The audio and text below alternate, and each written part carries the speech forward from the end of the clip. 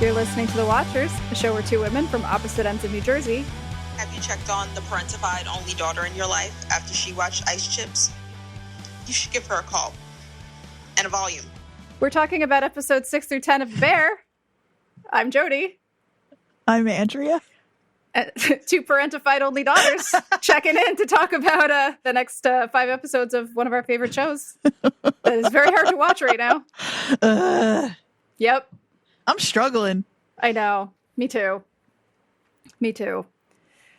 We're going to talk about these last 5 episodes, sort of in the vein of what we did last time, where we go not through them, episode by episode, beat by beat, but sort of talk through the themes we've been discussing and the way that they kind of handled the back half of this season. There's definitely been some mixed feedback to it that we can get to. Season 3 is done. It's done. To be continued. TBC. Yes. Interesting way to end a season of television when we may have to wait another year for the next one. I will never complain about having to wait a year for I know, TV compared at this to, point in my life. Yeah, compared to everything else. Yeah. I think I said to you right after I finished episode 10, the show is kind of lucky that I know that I've got probably a year to wait for more. Yeah. Actually, do you want to start with, since we've now wrapped up watching the full 3rd season, so just some general feelings about it before we go into our more specific thoughts? Because I feel like this has been a divisive season, and we talked a little bit last time. I think we were more positive on it than most, and I'm kind of curious as if that has changed after watching the last half. I'm really still working through how I felt about this season, and I finished episode 10. I mean, I've watched all of these episodes twice now, except for 2 of them. And the thing I keep coming back to is that, I've never had this watching experience where, I have mostly loved everything they gave me this season, but also found myself frustrated and am maybe this is actually a conversation for the end, but I think this is a form, function, content issue more than anything else that I'm having. So maybe I'll put a pin in that and we can go back to it. How about you? I think I feel similarly. There's to me, a disconnect between how innovative they want to be and what television needs to be successful. And the innovation that they've done with this show is often what we've celebrated about it. But in some cases, I think has maybe got in the way of a more satisfying story. And so when they stick to the things that made it great in the first place, which to me is partly the innovation, but is really more the characters and the incredible acting and it's the balance, right? Yeah, the balance got a little off this season, I think. I think pacing is a huge thing. We talked so much about how what I love so much about this show is its assuredness and its confidence to slow down sometimes and to take us on a little side quest. But now we're back to the thing I said I'm going to put a pin in, but I struggle with the fact that we get 10 half-ish hour episodes a season. I think if I got 12 episodes and I got 2 more that were life in the restaurant right now pushing things forward, I would be so happy with every single thing they gave us. Yeah, I just think... Well, almost every single thing they gave us. But I mean, I feel that there are so many great moments in season 3, but the overall, like you said, the moving forward is not happening. It's happening, but it's happening very, very slowly. And it's happening I think I said this last week, what they're doing is much closer to the reality of how things would move. Right. And every now and then we need a Forks where someone does make a miraculous leap forward. Even if you're going to joke about it later, if you're going to talk about Richie's 4 or 5 days in the kitchen at Ever, sometimes to tell a story on TV, we don't want it to be as slow and back and like forward and backwards and forward and backwards as it is in real life every single time. Sometimes you need a little, magic, as Marcus would say. There's something really Marcus needs to run this show. Like something that has suffered for sure is how many of our characters have had to take a back seat, and I am having a real hard time with that. Like, I need more of Marcus. I really hate how stuck poor Sid has kind of become because Carmy is stuck. There's something really kind of fascinating happening, and I'm going to set up 3 little avenues here. Okay. One is, we talked about early on last week in this season about how what the show is doing is mimicking what Carmy is doing, is mimicking what happens in the restaurant world, of that, like, iterating on and Carmy being stuck, kind of trying to perfect something. And isn't it interesting that the show is sort of doing that? But it's like, but also, so there's that. Maybe I'm setting up 2 avenues, and Carmy is the thing that connects them, because it's like, also that is happening to the show's detriment in some ways, I think. And it's like, isn't that almost clever? But I can't imagine the show is like, we'll make a worse product so you can feel the frustration that the people in Carmy's life are feeling. Yes. And it's such a weird, for a show that I have said over and over again feels so self-aware and really knows what it's doing. What a strange. Yeah.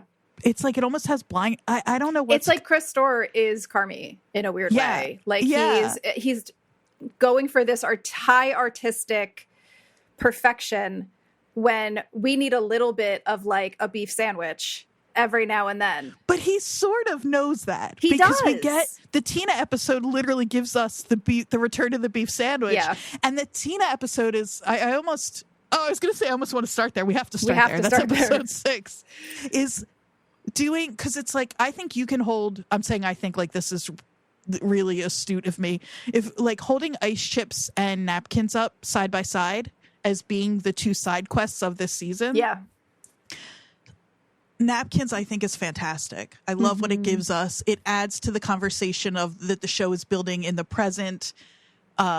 It gives us some little moments that feel really good in a way that the bear can feel really good. And we'll get to ice chips. But so maybe we start here. We get our first dedicated flashback full episode. What did you think? So I think it's interesting that it goes backwards. Like, it's our Tina episode, but we don't get to see Tina moving forward at all. We don't get to see what Tina wants. Like, at first, when I saw it was a Tina episode, I was like, are we going to find out more about how Tina is experiencing this? Because we've seen little flashes of her being overwhelmed, frustrated. Later in the season, we see some nice moments of her and Marcus, like, talking recipes together. We'll get to it. But I was thinking that this episode was going to be, like it says in the little log line, like, Tina has to look for new opportunities. And I'm like, the show is sneaky. It they really sleight are. of hand. But of course, it ends up being a backstory of how she got to the beef. And, like, I literally, right before we finished last week, said I need more Tina. And so I got more Tina. Yep. And I loved the episode. Like, I really did. I loved seeing this, like, little slice of what her life was like before. It helps you understand why Michael and the place meant so much to her, why she was so resistant to change when Carmy came in. Like, she says in that moment, like, all I want is routine. I don't need to be inspired. I actually wrote it down because I thought it was so pinpointed to what was coming later. But she says, I don't need to be inspired. I don't need to be impassioned. I don't need to make magic. I don't need to save the world. I just want to feed my kid, give me a routine. I'm in. And then we see her, like, the positive and negative of Carmy's influence, right? We see her overwhelmed and exhausted and frustrated, but we also see her inspired and impassioned and excited and looking at the magic that, Marcus is making. She's starting to make her own recipes now and learn how to balance flavors. Like, she does have magic back in her life. She is inspired. She is passionate, but she's also, like, it's taking over her life in a way. Right. So all that to say, I'm a little sad that we didn't get more Tina in today's world. like Tina at the Tina at the Bear. But I loved seeing the little details, like her husband's a doorman. Yeah. As somebody who lived in New York for all of her 20s, like the job of a doorman is so specific, and I immediately knew like what that guy's life was like every day. Mm-hmm. The economic reality of it was really important for me to see. Like, we talk a lot about how these people are concerned about money in terms of the shop, in terms of the store, the restaurant. Excuse me, I couldn't come up with the right word. But, you know, she's talking about how he's like telling her things are going to be okay because he's going to make $3 more an hour eventually. And it's like that paycheck to paycheck existence is what a lot of these people are used to living with. Yep. I thought that was she's taking the bus all over the city. She's, I mean, as someone in her like mid to late 40s, like seeing the perspective of somebody new to the job market at that age was really, really heartbreaking. And also the way she talked about it was so interesting because she was like, when she was talking to Mikey, she was like, I really want to hate them, you know, but also it's kind of beautiful. They have that passion. They are inspired. They are like excited about life. And so anyway, I don't know. I loved the episode. I think it was one of my favorite of the second half of the season, maybe my favorite. But I just wish that we'd gotten a little bit more of, just like you were saying, of Tina, Marcus, Sweeps. Like we got little bits of each of them and Abram like throughout the season, but not enough for me. It's funny because I keep being like, so what would I want? And there's a version of this show where every episode is an hour long and you get all of the Tina in the present stuff happening with the flashback interspersed, and it's filling in those gaps. And then we do get both. But part of what I love about The Bear is that it doesn't always do that, is that it is willing to slow down. I know I already said this episode. So I'm kind of like,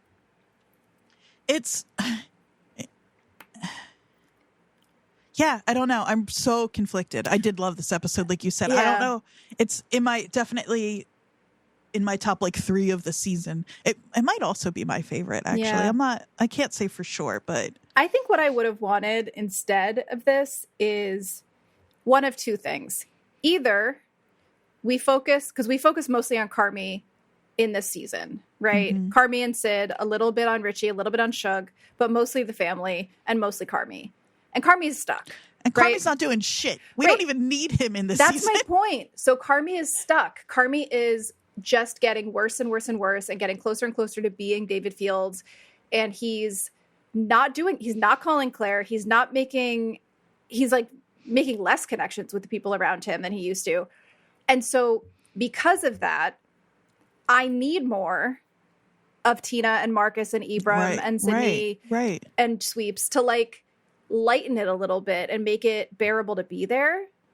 And so, but we don't get either, right? If Carmi is not going to make progress, right? I think what I would probably prefer is for Carmi to make a little bit more progress than he's making, have a little bit of hope that I know that I'm interrupting myself. Hang on.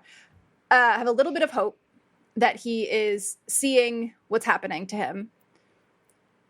Or if he's going to be this stuck sort of guy turning into a monster that we're not sure is going to come back from it, that we balance that with these other characters who've given us so much joy and love throughout the series. But what I was going to interrupt myself and say is that this was in Chris Stohrer's mind originally a 3-season show. And so I don't think I knew that. And so when they wanted a 4th season,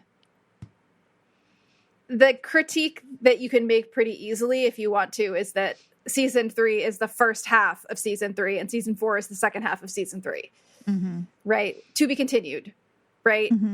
And so if you think about 3 and 4 as a 20 episode season, we are at the midpoint. Great. Yeah. Again, I have so much faith in this show, and maybe more than they deserve.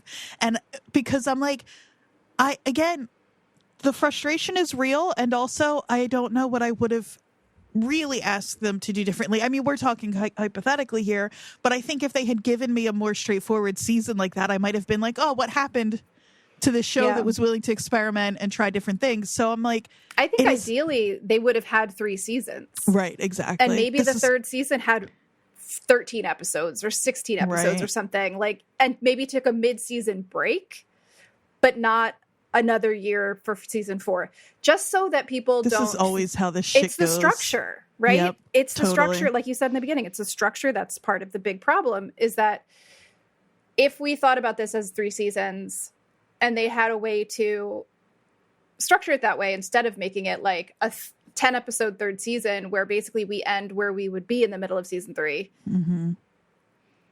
And let us go right into it. Yeah. If this was the middle of season 3 and I was like, man, Carmy is really shit in the bed. He needs to get his shit together. I can't wait to see what happens in 3 weeks. Exactly. Exactly. I would be psyched, because that was how I felt when I ended the last episode, was like, I do want to see what's next, which to me says that they're still doing something right. I'm not out on the show at all. Right. Like, right. I want more episodes. I want to see where this goes.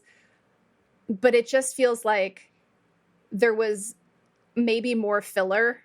And I hate to say that because I enjoyed the filler. It's visually beautiful filler, but like, it feels a little bit like there was too much filler, and this could have been 6 episodes total, and then another 6 to end the show. That would have been more tight and made more sense to me. It is fascinating to think about, originally envisioned as a movie. Yep. Then now this changes everything for me, a 3-season show, and now it's 4. Because it's like, there's a really compelling movie in here where we get this act of this movie that is only, I would pray, 82 minutes, 85 minutes, no more. Though I bet The Bear the movie is one of those that's like 2.5 hours, 2.5 hours. Yeah. But we're gearing up to the end here, and this is where I'm like so frustrated, but I know that the last half hour is really going to pull it together. Yeah. If you think about the structure of a movie, right? You've got the season 1 setting the scene, season 2 elaborating on it, giving us these tangents, season 3 being the nadir where everything starts to fall apart, and then season 4 you come back up and everything, it doesn't wrap up in a nice neat bow, but like, at least you feel forward progress. You feel like there's a resolution, right? And I think they have a resolution in mind, and I think we're going to get to it in season 4. I just think that they had to kind of put it off a little bit. Right. And then I never do this. I never ever do this. I'm going to do it this week. To mention Lost, if we could just talk about Never Lost. heard you do this before. I know. Yeah. But just go with me on it. Okay. Lost suffered because it was forced to drag itself out, and thought the answer to that was to introduce more questions and more mysteries. Yep. And it's like, this show, which is a pretty narrow visually, literally, the close-ups, I'm starting to be like, all right, guys, I get it. I know. But close study of these people, to suddenly now throw in some extra stuff just because they had to plan for another season. Yep. I don't think that would have been the move either. I know. It feels like they're stretching a little bit. And like some of those stretching moments, like, I don't know that we would have gotten a full Tina episode if it was a 3-season show. Right. We might have gotten like, a 10-minute or a 7-minute like section that showed how she got there. And I loved the full Tina episode, and I thought it was really rich and beautiful, and also directed by Io Adebari. Yeah. Man, I love Io so much. She is I keep sending you clips of her. Wait, can we insert that clip here? Can we insert that clip I sent you? Just since we're talking about Io and how delightful she is. Here it is. Okay. So we were talking to Chris. He has some background, Second City, and he's claiming to be the best improver on the cast. Would you agree with that, or are you? Did he say improver? No. Okay, I was just checking. Improvisational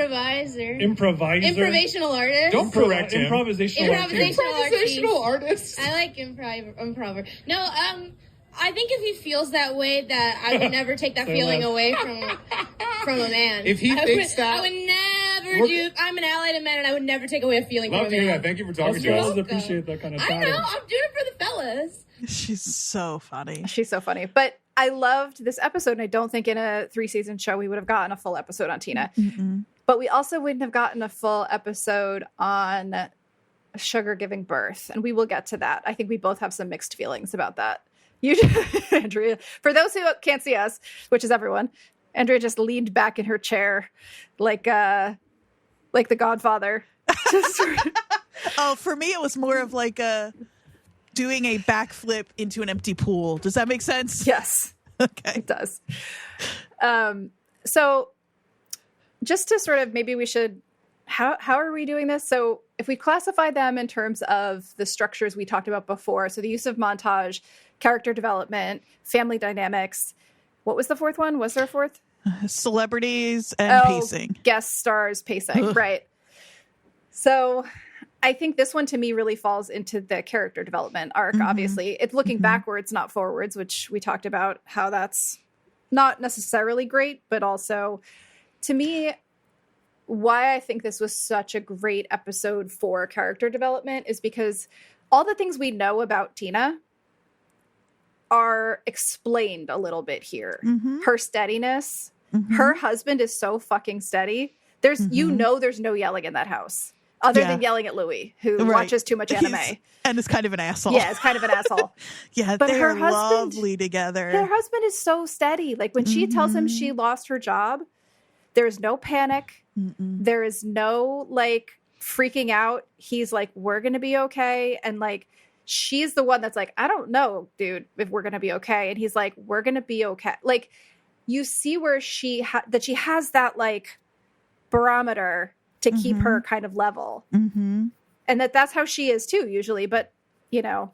And it's cool to see her sort of panic being part money, obviously, because of course. But it's also a little bit of like, I don't know, I had this thing I did and I was good at it. Yep. And it was like my sort of, you know, I can't imagine anybody's excited to be payroll, but like, she's like, I need a thing. I can't just be milling around. She really likes being busy and contributing. And that is why she, I think, slotted in so well to a place like the Beef, where you go in, you do your job. It's all encompassing while you're there. And then you leave it there. And it also, what else? Man, this episode gave us a lot because when we first met Tina and she was being so mean, and the thing you learn in this episode is that Tina hasn't actually been with the bear forever.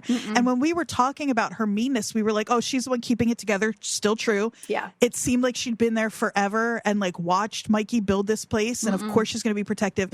The thing she's being protective of is like, I lost my job just a few years ago. Yep. And I like was in competition with these young people who assumed they knew better and didn't think there was a place for me in their world. And now I have a place and now you're going to come in here and tell me how to make mashed potatoes. Yeah, exactly. Exactly. She's protecting her own sort of steadiness and her ability to go to work every day, make enough money to live on and go home and not have it be crazy upheaval. Like the craziness of the Beef before Carmi gets there, I think we talked about this, is like, it's crazy, but it's crazy in the way that every restaurant is crazy, or every like customer facing food service job is crazy, you know? And you really get to see that in this episode. Yeah.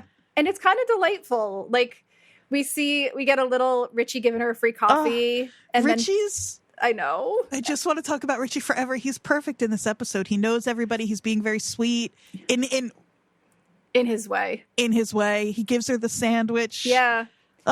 I don't think it was him that gives him the sandwich. It was one of the other counter guys that was like calling for the person who ordered it forever and was like, you know what? It's not yours anymore. Here you go, lady. Here's a sandwich. Yeah. It's like, Richie's the one who explains it to her though, right? Where he's like, you know, a French dip. This is an Italian dip. Yeah.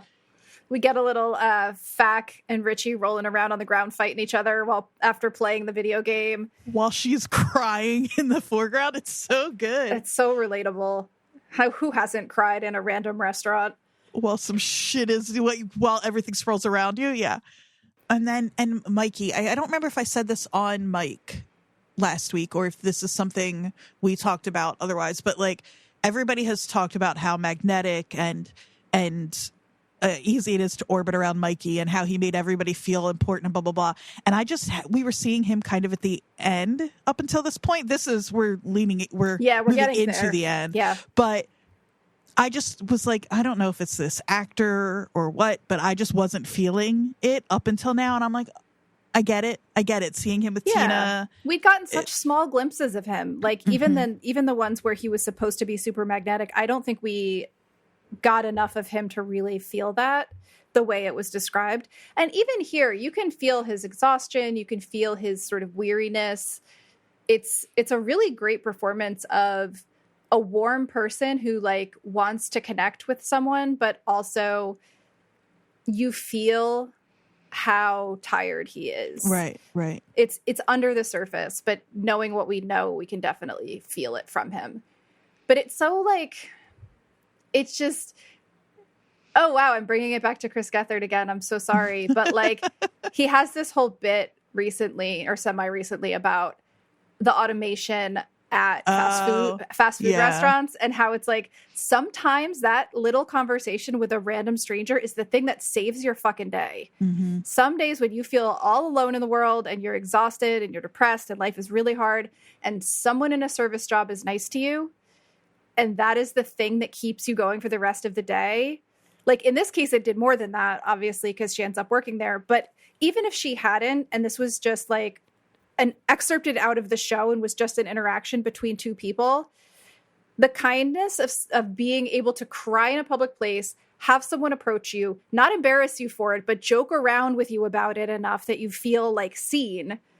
It's such a special like thing that as humans we have the ability to do for each other, and you know, automation is fucking it up. But I just like, even without her getting a job there, I thought that moment was really like two random strangers that come from very different places. You know, he's a part of this big, loud Italian family.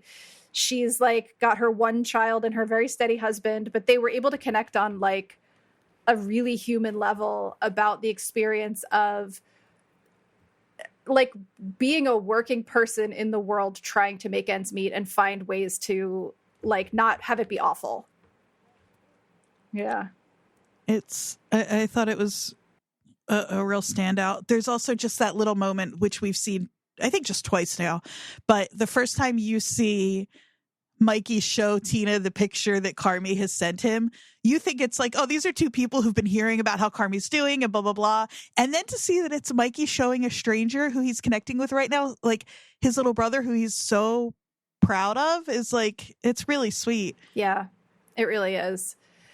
Also, we get some new music cues in the second half that I thought were really fun. We get a couple of Beastie Boys drops.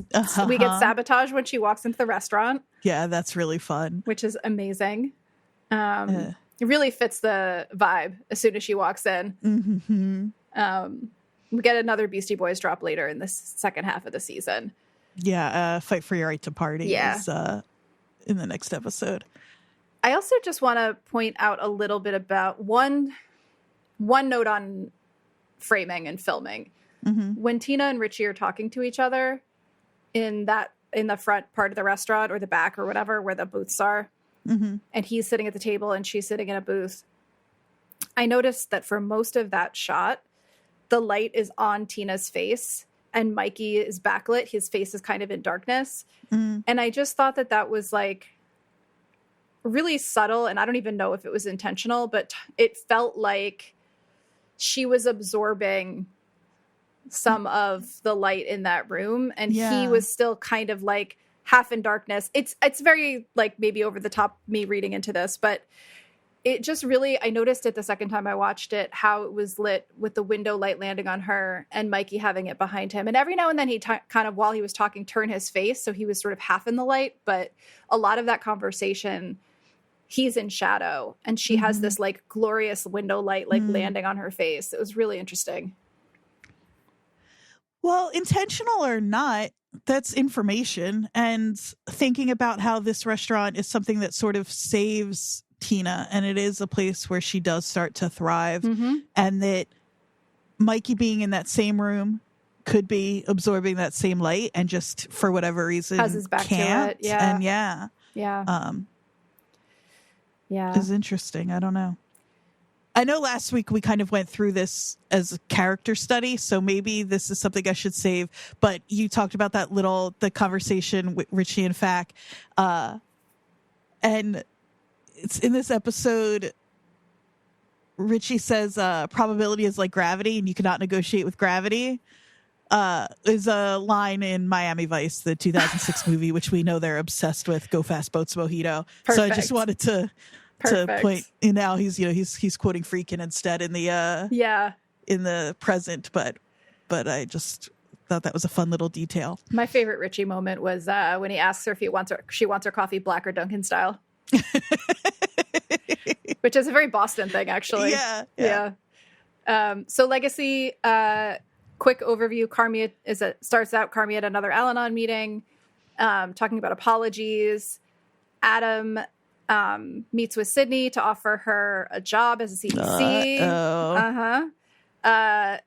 Then Carmi and Marcus have a conversation about how chefs define legacy based on restaurants they've worked at.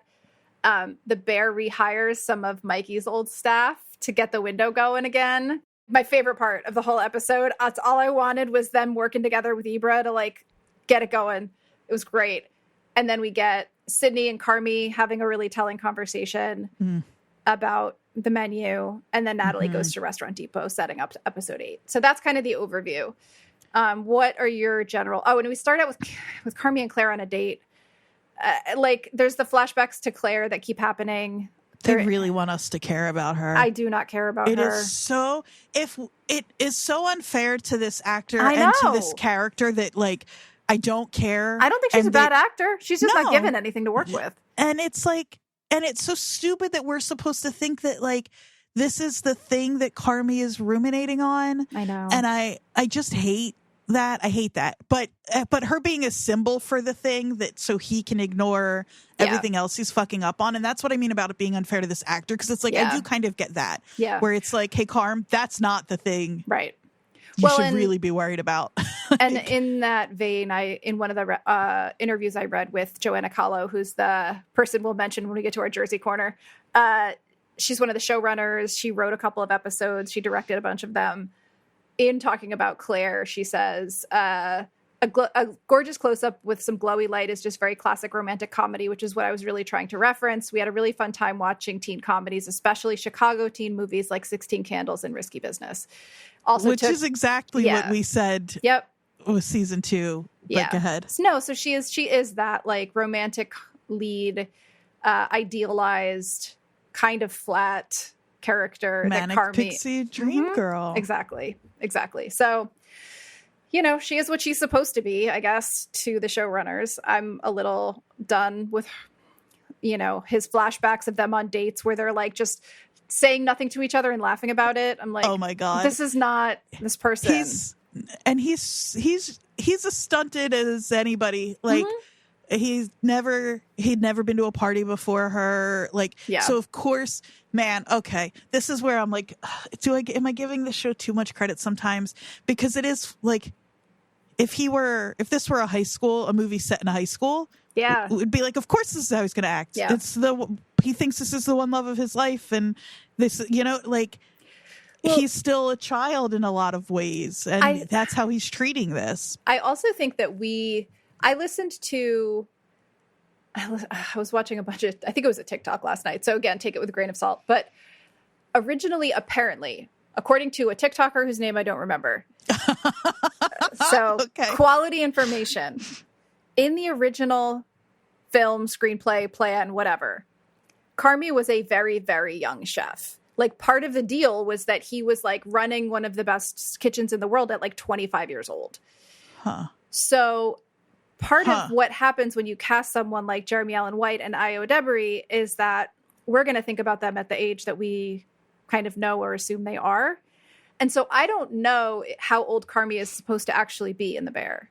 Like we might just think that because Jeremy Allen White looks like a grandpa baby, like a grizzled old man that's also still a child. Grandpa baby's really good. He looks like an old man and a child at the same time. Yeah. That we can't pinpoint his age, that we're maybe aging him up and expecting more maturity from him. It's confusing. I don't know how old they're supposed to actually be in the show.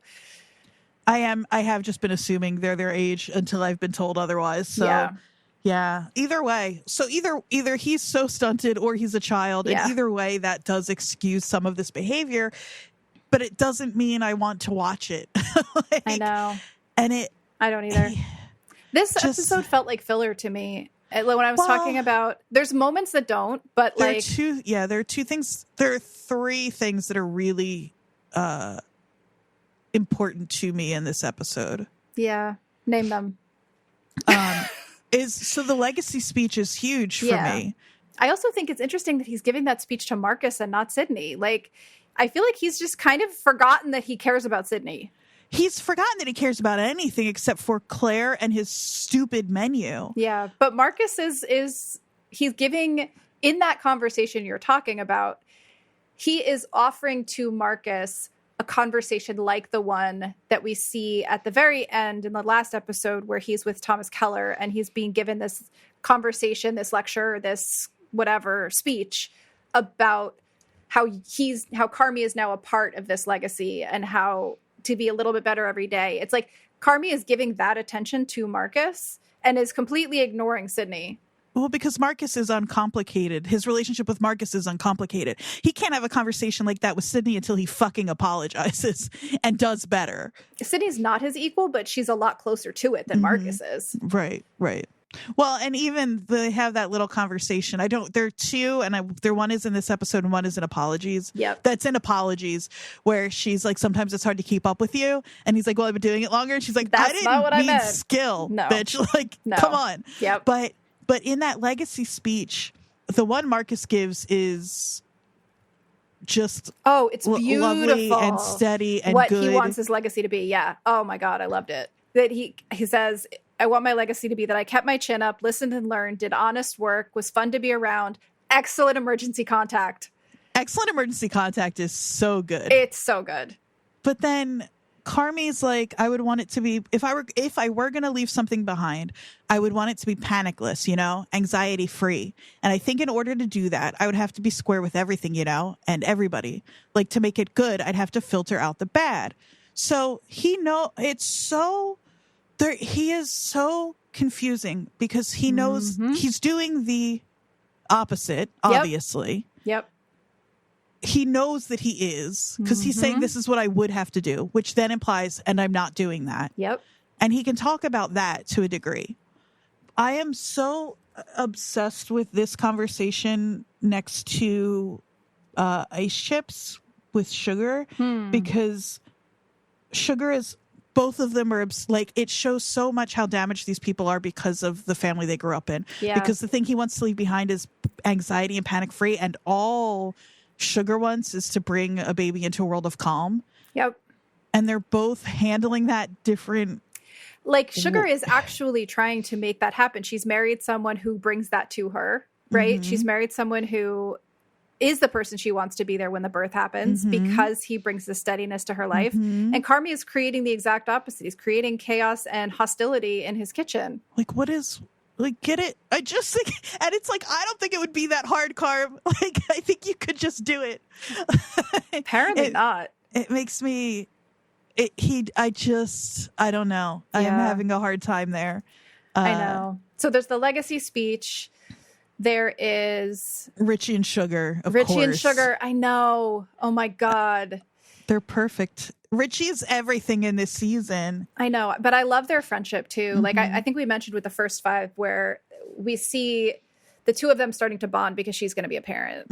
And it's continuing here when they're sitting at the table together. He talks about the story of when Tiff went into labor. We see him trying to juggle past and present tense with his relationship with her. It's like, he's really trying. Get that little moment where he's like, I heard spicy food, and she's like, you didn't get that pizza again. He's like, no, fuck those guys. Yeah. They have such a shared history. And again, another thing this show does that I really love is like those little moments where you feel how deep the history and backstory of these people together is, that they have that little shorthand where like they don't even have like those guys, that pizza. Like, yeah, they talk about did you get the S pillow? And like how he stole it from Tiff and Pete stole it from her. Like, it's just like when you talked about how seeing Sid and Marcus talking to each other feels like you shouldn't watch because it's like real people. That's how I feel watching Sugar and Richie. It feels like they've known each other forever. There's like a frustration, but now also like a new understanding because she's about to be a parent and Richie is like evolving as a human. I really love their relationship. He gets really choked up when talking about, she asks like, what were you doing the day before that Tiff was mad at? And he's like, we had to drop off some shit for Jimmy. And she's like, but was it fun? And he like wells up. Yeah. And it's like, he is able to have those emotions in front of Sugar without having to cover it up with some masculine bullshit, which is what you would expect from him in season 1. He's actually evolved. Yeah. You know, and you can see that he always had that in him because we see the flashback when he and Tiff were together at the Christmas episode. Yeah. You know, it's just that he's learning to be more of that person more of the time. Exactly. I think it's really beautiful. He really is. He's probably my favorite thing to watch this season. I think he's so good. Especially because we don't just see that. We still get to see the way that he and Carmi set each other off, and that, you know, there are certain things that he just won't budge on. And I think all of that's, he just feels so real. So what's the third? It's that it's quick and it makes me so mad and it's so obvious and it is so Carmi when Sid thinks they're going to discuss the menu.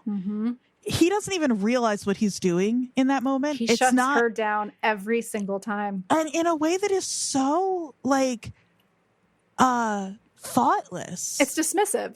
It's disgusting. Yeah, it's like, who the fuck are you? But it's, like, in a way that's so matter of fact where it's not, like, he doesn't seem to think he's throwing his weight around. He's just like, these are just better choices. We should be going with them. And I really think he thinks because he offered her partnership that that's enough. Yeah. And we get a reference back to this in the last episode when they're talking about chefs giving credit to the younger chefs. Yeah. Ooh. But to me, there's a couple of other little moments that were almost as important to me, not plot-wise, but maybe hopefully plot-wise for season 4 in this episode. They were little things, but Ibra getting his groove back with his 2 additional helpers. It's the one thing that's working. And it wasn't working because Carmi gave no attention to it and just expected Ibra to handle it all himself. And the one good thing he did was say, let's just hire those 2 guys back. And it's the one thing that's making money. We can afford it. Let's get them back in. And it was like, as someone who's worked in the service industry, you know, I used to work at Starbucks. There were certain people, if we were on the schedule together, we were going to bang it the fuck out. We were going to get out of there at 10:08 or something. Like, everything was going to be done 2 hours early. Like, it was like clockwork. And watching them get in there and watching Ibra's face where he was like, oh, thank fucking God. Thank God. Like, because he's capable. He did it himself, but he shouldn't have had to. It wasn't as good. You know, it's like. And not for any fault of his. No. He just needed support and a team someone to who run the wanted window. To work. And it was just like having those guys return was just so nice to see his face. And you see him later in the episode talking to Tina, and he's already doing the next day's prep because he fucking can, because he's not exhausted. It's like, oh, management is not just leadership. It's not just teaching, but it is. But it's also understanding where people need to be.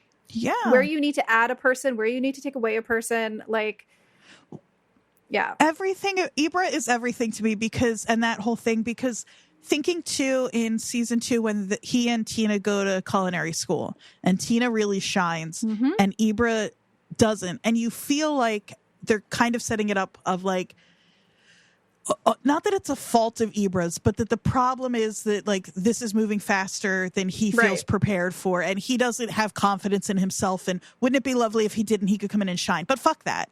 Yeah. Like Ibra's good at what he does, and with the right support and in the right, and it's also Carmi and your fucking fancy ass restaurant. Yeah. Fuck you. I really feel like... Well, it's an acknowledgement that what Ibra does do well is actually just as, if not more important than your fancy dishes, because it's the thing that's making money. It's the thing that's integrated into the neighborhood. It's the thing that is actually serving the people that live there. Right. And Richie was right. What about the clockworkers? What about the bricklayers? They've got to eat. They can't afford your fancy restaurant. It's funny, too, because I think... and this is where we get into like, what do I want for season 4? Because I think what I thought they were talking about at the end of season 1, when they start describing that restaurant, and what would be really smart, obviously I know everything about running a restaurant, is a version of the beef that is a little more elevated and like lets them try cool stuff and do things differently, but still have that like comfort and the thing that like that people want from this restaurant. But that's not what Carmy wants to do. No, Carmy needs to go off and try to get a Michelin star somewhere else. Yeah. And let but this he's restaurant the one who said he didn't give a shit about Michelin stars back in season 2. But he was obviously lying. Right. Well, and also he's, you know, he said those mean things to Claire, so now he's regressing. He needs to let this restaurant be run, let the beef still exist or the whatever, and be run by people who want to run it and do it well and do it better and make money at it and go off and do his little tweezer food. Right, right. My worry for this show is that the way it ends is them finding a middle ground where, like, and I say worry because it feels a little pat that then what they end up doing is, like, the last episode is like an elevated beef sandwich. I know. I don't think that that's a satisfying end to me either. So that's where I'm at with this introduction of and just knowing how little time passes in this show, really. Like, we got that one episode that jumped us forward a month, but it's like season 4 could just be, who knows? Yeah. But it could end with Carmy apologizing, taking 10 episodes for Carmy to apologize to Sid and to Claire for God's sake. And to put the beef sandwich on the Bears menu. Like, that could be what happens. Oh, God. But I don't know what else I want. Anyway, so that's what I have been feeling with this Eber thing. Yeah. It really felt like a breath of fucking fresh air, though. Absolutely. And then the other thing I just wanted to put a little spotlight on is Sid in this episode is turning into Carmy. She's having all this anxiety. She's ignoring phone calls from her dad. She's trying to extricate herself, but she's like afraid to do it. She's stomping the boxes in the dumpster, talking to herself. I do love when the box falls on her head. It's just a little silly comedic moment. But it is very like, of fucking course. Yeah. Like, you know how that could just like, oh yeah. When you're having a day like that, that's the thing where I end up like crying in the walk-in after that. Oh, like, 100%. Yeah. And then just the last little thing, when Sugar gets into her car to go to the Restaurant Depot, she's listening to an audiobook that again, this is information from TikTok. I could be wrong about this, but somebody mentioned that they think it was the book Children of Emotionally Immature Parents, which is on a shelf I have upstairs. I was going to say I could go look. I could go see if it's directly from that or not. I was going to say it's a book that some of us are familiar with. But yeah, I will say, so I think maybe it doesn't feel like a filler episode. It feels like an episode where they tried to throw a whole bunch of little things together to move each thing a little bit further. Like, there's a lot going on, but none of it feels connected coming after something like napkins and right before ice chips. It's like, we've got this focused episode, and then in the middle, we've got one that's like, look, a little bit of everybody. Like, which is kind of what it, I don't know what I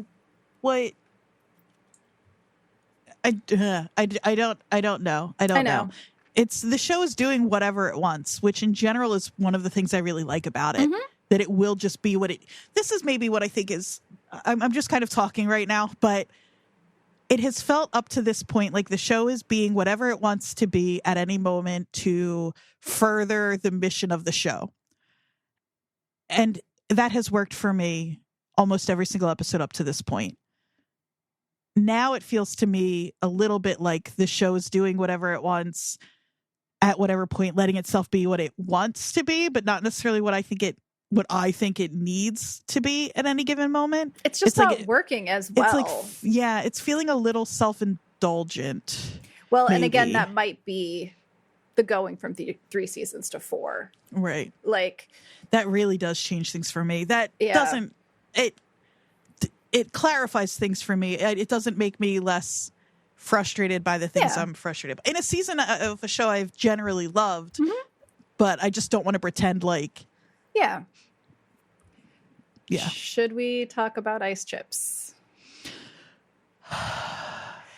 Quick overview. Speaking of frustration and knowing that feeling, of her when she's in the car trying to call everyone and the car keeps trying to call the bear instead of Claire. Oh my God. I felt that. But anyway, she ends up calling her mom. Donna shows up at the hospital. They have most of the episode is the two of them in the hospital room while she's in labor. It ends with Pete showing up, Donna going to the waiting room, and then an extremely sweet moment between Donna and the Fax. Like, you can see that, again, it's that moment of history where you're like, oh, these people, these guys, these brothers have been at Donna's house for every holiday. Like, played video games in Donna's basement. Like, Donna fed them a million times. Like, regardless of her craziness, they love her because she's like, you know, who knows what's up with their family, but they just apparently lived at her house a lot. And you can really, just in that last moment where, like, fucking fat kisses her on the head at the end. Like, it's just really sweet. It's really sweet. But let's talk about how you actually feel about the episode. And also probably much easier for them to be tender with her because she's not their fucking mom. Yep. Tell me your complicated emotions. This is a hard episode to talk about, and you and I, of all people, are maybe going to have a harder time separating ourselves from it. Yeah. Not the first time. I only watched this episode one time. My first reaction to this episode, it was excruciating to watch. Absolutely. They are both so good in it. Yeah. It is. They both feel so real. And I'm glad that Sugar had this. Like, it's really hard. And, like, a lot of Donna is Donnaing in this episode. But I think in a way that at the end of it, something is healed for Sugar. Which is the thing I have a problem with, actually. I was just going to say, but I don't like Donna. I hate Donna. I'm sorry. And I know that that's my thing. And I should have compassion for her and I should have empathy for her. And I just don't. And I don't think we as viewers needed this episode. I really don't. And it's unfair that Sugar has had to have her whole story told through this mother-daughter relationship and her becoming a mom. I think it's... Yeah. Well, and it goes to what we were... Yep. 100% what we talked about last week with the one-dimensional. The biggest flaw of this show is that, and it's gotta, and it's hard because, like, well, I'm blaming a lot of it on Christopher Storer, but he didn't write this episode. That's what I mean. Yeah, like, what is going on with the women on this? Like, the characters of the women in this show. Yeah, it's like, why is this? I think that the reason that this episode is so effective in its impact is probably because a woman wrote it. Like, I wonder about Joanna Kahlo's Jersey mom, but also, this could be a whole show. This is a different show, I think, for me. But to me, I think that it's a little bit like what we were saying about how they're trying to have it both ways. They want this really complicated, emotional, sort of trauma-informed episode, but then at the end, it feels too neat in a way. And I don't know if it was intended to feel too neat, but there's definitely a moment. I actually wrote it down. I said, eye contact and tears. It's right after Donna talks about the dream. I think this is supposed to be the moment they're healing. Plays song for her, more eye contact. Donna's mouthing the lyrics, and then Pete comes in. And it's like, and then in the next episode, I think we see her text a photo of the baby to her mom. And it's like, I am sorry. Again, this is too much of my own shit getting into it, but I can't help it. If you're in your 30s and your mom has been like this your whole fucking life, because I think Sugar's probably in her 30s, it does not take one moment like that to change everything. No, and they do a good job of it leading up where she's like making a big scene in the parking lot, and she's like, the fact that she keeps telling Suge how to breathe and then it fucking works is like, that's not what this should be. No. And it's but it's also like, it also wouldn't be fair to Suge to give us an entire episode where Donna is Donna and Suge's birth story has to just deal with that the whole time. But that's what it would be. When she's like doing bits in front of the I forget if it's the nurse who's in there or what. Both. Yeah. She's doing bits in front of both, and the nurses aren't having it, but the doctor is kind of laughing, and I'm like, oh my God. Yeah. And it's all about her. Of course it's going to be. Yeah. And I just think, like, I didn't need it, and it's not fair to Suge's story. And it's so funny too. There's something really like about the fact that we have this episode that shines this light, and we get just 35 minutes or whatever of close-ups of Sugar and her mom, and now we get 2 mentions of the baby after this. I don't even know the baby's fucking name. She's had a baby. She needs to be disappeared. Exactly. Like, truly. Put her into a dark room. She can't come out. It's truly what it feels like. And it just feels like they gave her this baby so they could have this. And I just hate it. Jamie Lee Curtis is incredible. I love her in general. And the fact that I have a hard time even looking at her in this episode. And they will not let us stop looking at her. It's up in her face the whole time. And it just feels like in a season where we're like, we needed more. The fact that she got that Donna, but it also is like, I don't know. It all comes from her, though. Right. At the end of the day, like when you have a family like this and all of these people are dealing with what they're dealing with, it is always going to be Donna. Yeah. So like on the same, but this is why I needed 12 episodes this season. Yeah. Well, and I also think like there are people out there that maybe needed to see Donna do all of this to understand Carmi better and to understand Shug better. That's a good point. I needed 3 seconds of Donna to understand what they grew up with. And that's all I needed. I didn't need to see more. I get it. That's a really good point too. That's very true. Not everyone gets that from 3 seconds of Donna. Right. My skin was crawling during most of this episode. It was genuinely hard to watch. Like when she was like, "Can I touch your face?" You always get mad when I'm like, I need a fucking, like that TikTok said, I need a Valium after this episode or during it. Ugh. Yeah, those moments are really. She's so inappropriate, and it's so it's so fucking. She's so handsy with her. It's really like this feeling of ownership. The thing that really got me was like, there's a lot of lines in this where I was like, yeah, I wonder what Joanna Callow's mom is like, but either that or she's very empathetic. But she says something like, oh, here it is. I always put you first. And her mom goes, oh, that's sweet. And she's like, no, it isn't sweet. It's fucked up.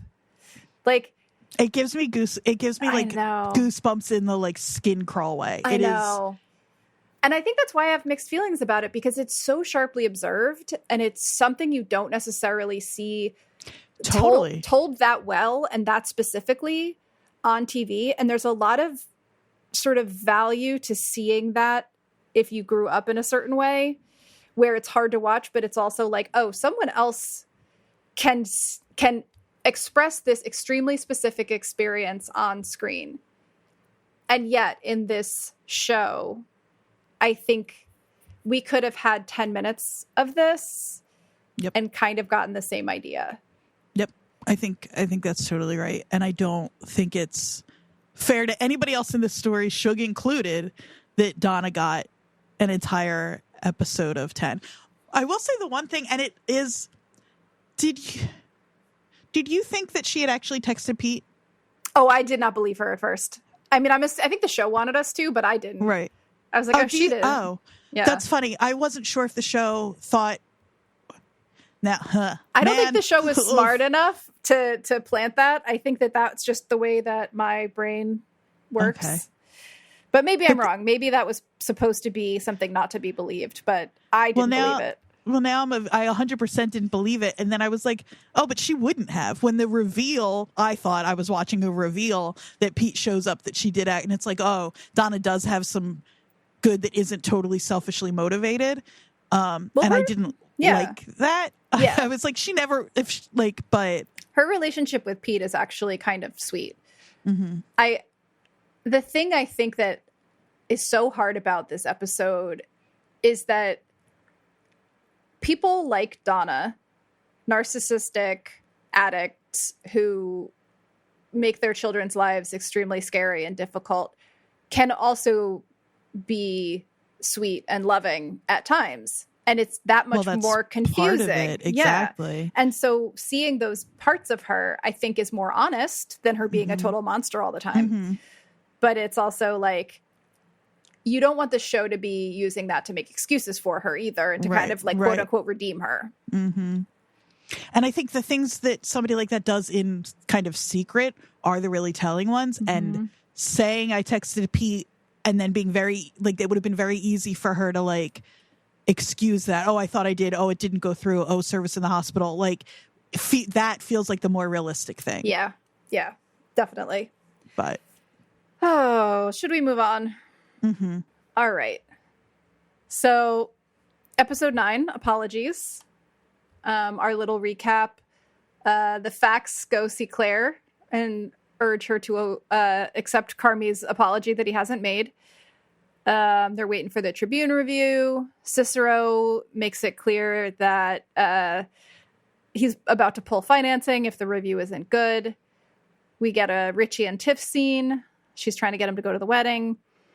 And then, this is one of those like episode 7 with like lots of little things happening. Marcus and Tina experiment with some dishes. Sydney delivers Sydney delivers food. Uh-huh. She does not deliver Pete. She delivers food to Pete and Natalie. And she gets some insight into the contract, and then they get ready to go to Ever. So it's kind of another in-between episode. Yeah, they give us these little moments in these episodes to be like, oh, right, I love these people. It's not just these like slow ruminations. The log line for this episode is just Carmi thinks about apologizing, which is so funny. That's really so funny. Yeah. Yeah. I mean, actually, when you think about the structure, and I hadn't thought about this until we started talking about it, but the second half of the season is really focused episode, kind of a grab bag, focused episode, kind of a grab bag. And then the finale is more of a focused episode again at the funeral. Yep. So we're on the grab bag. Mm-hmm. And as an exercise, I think the focused episodes are compelling and interesting and doing something. I have way more fun. Yeah. I'm way more in it when we get a grab bag episode. We're obsessed. We're obsessed. The show is really interested this season in magic and the magic of cooking and how those things, and a good sign for me for Marcus. We talked last week about, is Marcus going to be the new Carmi or not? Yeah. But he's not obsessed with Carmi and his dishes anymore. His new focus is magic, which I think is really fun and I feel really good about. This is an example of the show doing whatever it wants to do in a way that I was really charmed by, that it opens with a pretty long segment of a documentary about magic. This I was less charmed by.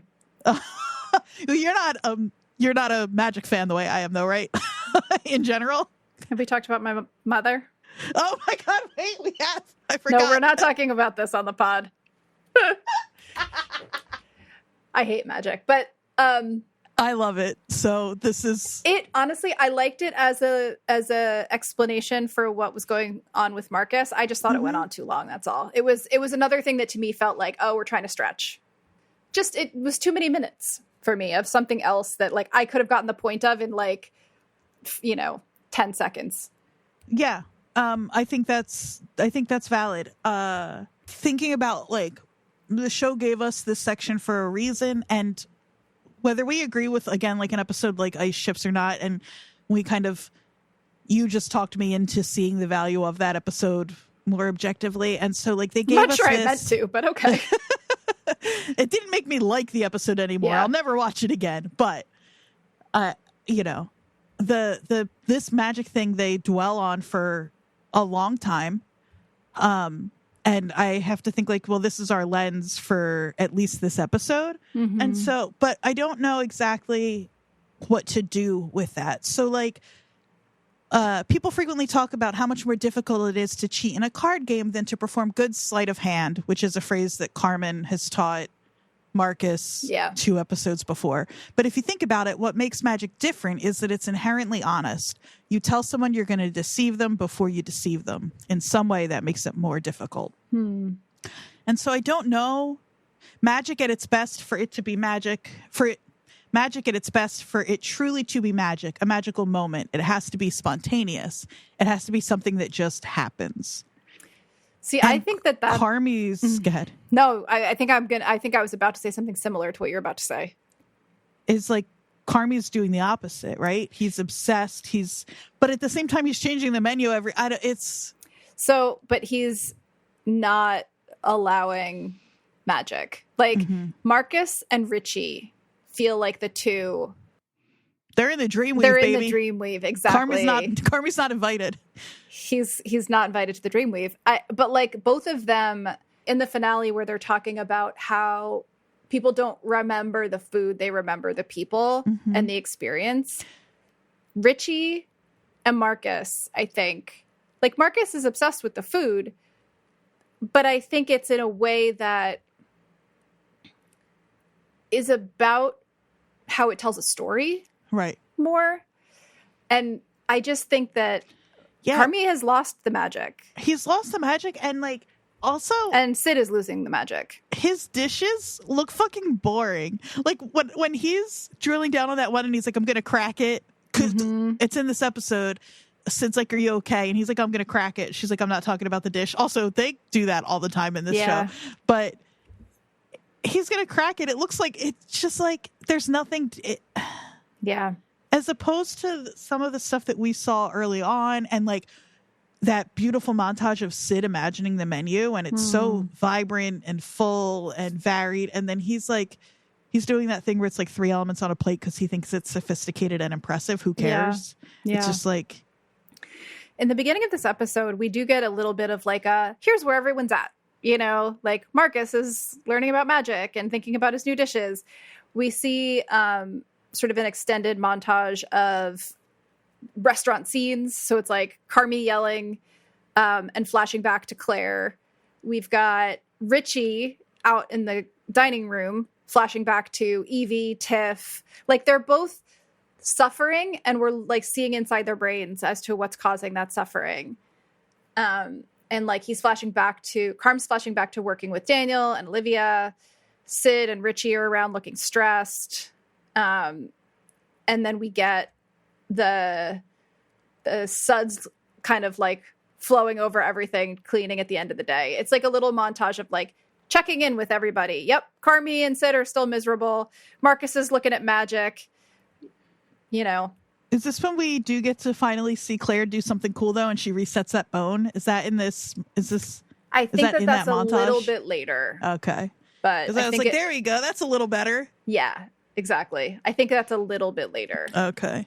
In another flash, but yeah, it's a lot of, this is what I mean when I say it's a grab bag. It feels a little bit like filler to me because we know that Richie misses having his life with them. We know he's stressed out. We know he and Carmi aren't getting along. We know Carmi is miserable and flashing back to all these previous jobs he's had. Like, it just feels like a little bit of a retread of things we've already seen. Yeah, and I wonder why it thinks we need that. I didn't need it, but I mean, maybe it's just sort of like we're coming out of Ice Chips and they felt like we need a little reset to remind us of where we are. I didn't, but this episode, this is where, when we talk about, first of all, the 3-season not origination, it's the second iteration, whatever, of it. But also leading into the last season there are a few plot points that do get moved up a tiny little bit here. We learn that Cicero, that this Tribune review is so important, and if it's bad, Cicero's going to pull finances. Or going to pull financing, which I guess I go back and forth on, because we've seen all season every other review has been stellar on this. Carmen Berzatto is the best Carmen Berzatto is the best chef in Chicago. Like, I guess because it's the Tribune, matters the most? Do you think we're learning that Cicero, because of what we find later, is just looking for an excuse because he's going to pull anyway? Yeah, I think Cicero is already, like we see later, the market is killing him and he's losing money. And I think that he is feeling like he's going to have to, barring a miracle, like I think he thinks that if they get an amazing Tribune review and they can get their shit together, maybe he can hang on to the restaurant, but more likely the answer is he's going to have to pull the funding. And so I don't think it actually is the hinge point that he's making it sound like. Right. But I do think that it could be, if it was like this amazing positive review that like somehow changed things. But the problem isn't the food, it's the environment. It's the Carmi. And that's not going to be changed by a Tribune review. Right. So I think that it's more of a smokescreen for Cicero than anything else. I do love the conversation between Tiff and Richie at the park. It's really you don't care. No, I do. Oh, that I was thought you were saying, no.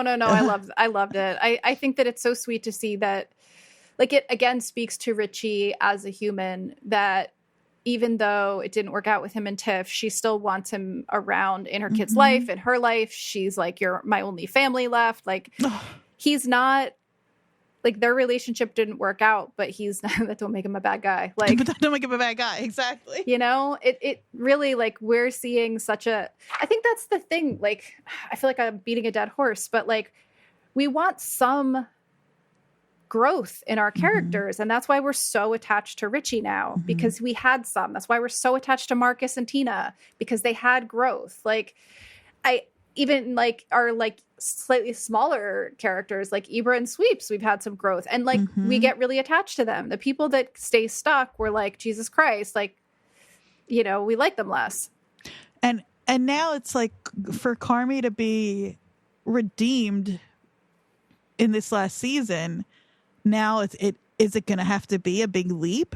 Like, is a little bit of growth. He's got a long way to go. And I don't know that I'll buy it, and I don't know that I'll be satisfied with if all we get from him, like I said, is he apologizes to Sid and Claire and puts a beef sandwich on the menu. Yeah, I don't know. That's the job the show has in front of it now in season 4. That is the big job, is like to make Carmi redeemable in a believable way, right, and to come up with some satisfying ending. I mean, like, I don't even know for sure that this is only a 4-season show.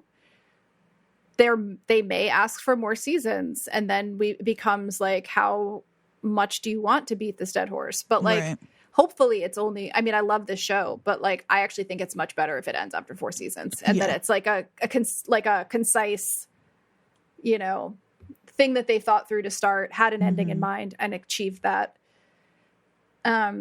We do see a little bit of a, you know, we're getting into the nadir, the down point of the season. So like, even though Richie is doing his best, he's overwhelmed. He's forgetting how to pump people up.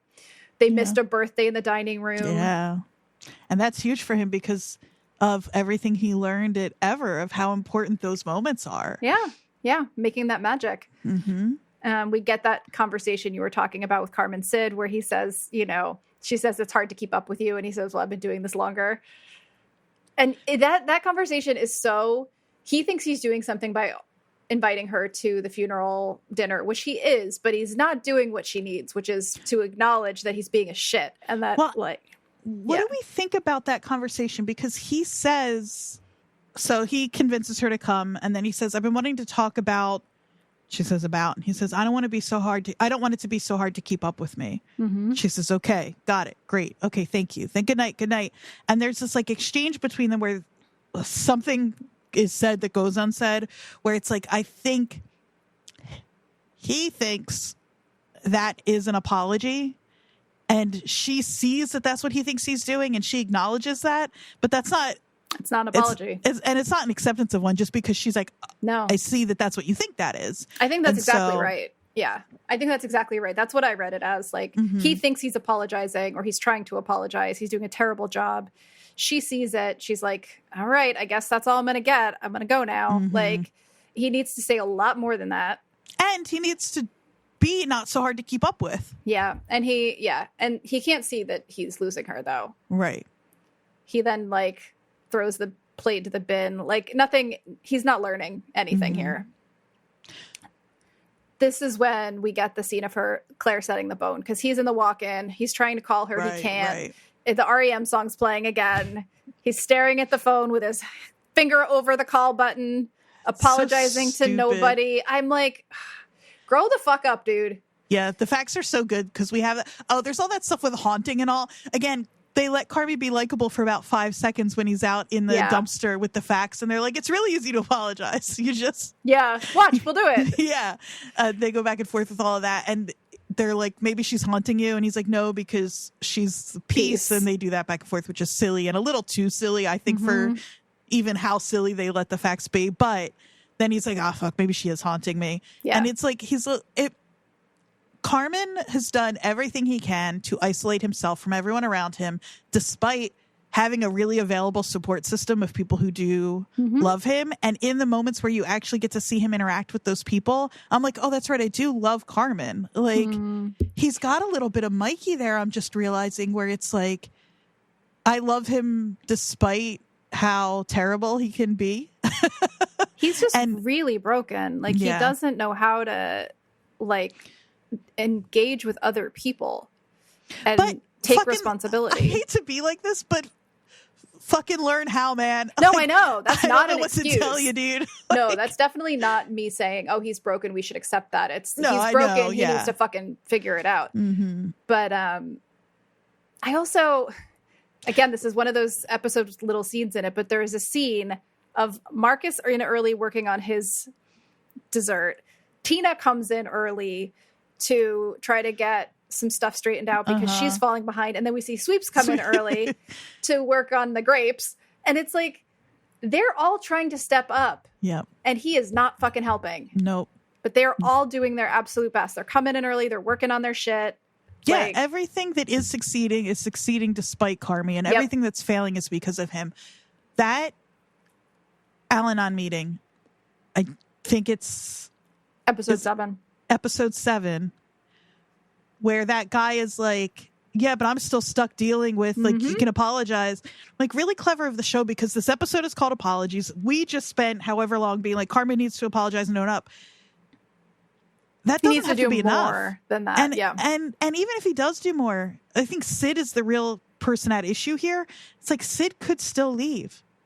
And for a lot of reasons, exactly. It's really hard to think about, like, Sid, why are you sticking around? Yeah, I mean, I do wonder. Well, maybe we'll save that for when we talk about what we think is coming next season. But yeah, I have some thoughts about that. Yeah, me too. So we talked about how we get Cicero explaining, if we get killed, I gotta not get killed, blah, blah, blah. We get that cute line in the park, not to rewind, but when Tiff and Richie are sitting there and she's like, would be nice to hate him though, wouldn't it? He's like, yeah, it'd be nice to hate Frank. But he doesn't.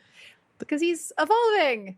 He's so good. He really is just, he's almost the only thing for me this season. Yeah. Everybody has been so sidelined.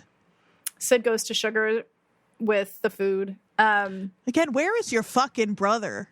It shouldn't be Sid. But this is, to me, this whole scene, this whole section is to show us that Sid is sort of becoming Carmi in a way. Like, and also not, because she's bringing the food. Carmi wouldn't do that. But she stops the cab to go stare at the lake. At one point, we've seen so many scenes of Carmi just going to the lake to stare at the lake. And like, she's got a little hat on. Yeah, she's trying to calm herself down like Carmi does by going to the lake. And then, yeah, we get the facts going to Claire. This is when I think we've already just seen her set that break. What do we think from a meta creator standpoint, other than comic relief?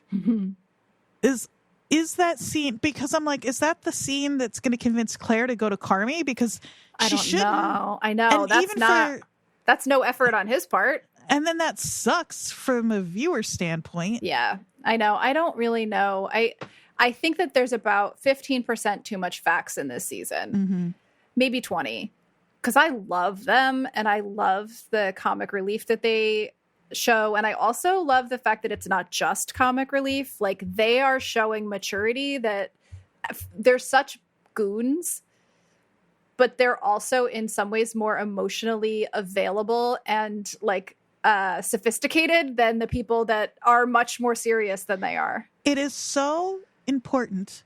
And I work on too many therapy podcasts. I'm so sorry, but it is so important and necessary for emotional, mental health to be able to identify and verbalize feelings.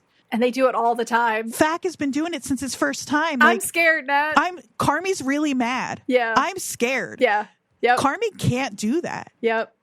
I don't want to be hard to keep up with is not a feeling. No.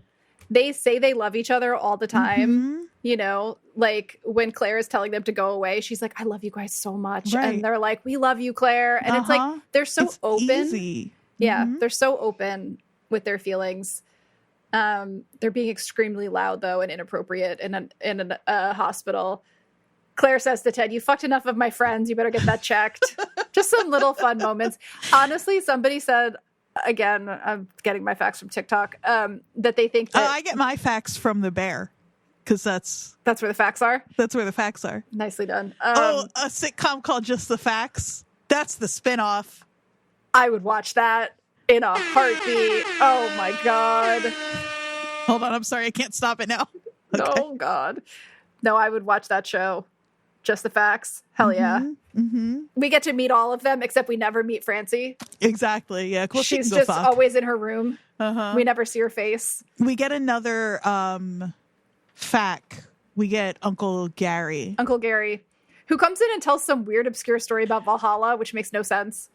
Again, it is a thing I love about this show is that it will just be like, well, that's something that would like, we do kind of get to pop in on these people and get access to these people that you don't normally get in a TV show. And I do love that. The cynical side of me is that they're doing this to justify why they're in the comedy category at the Emmys.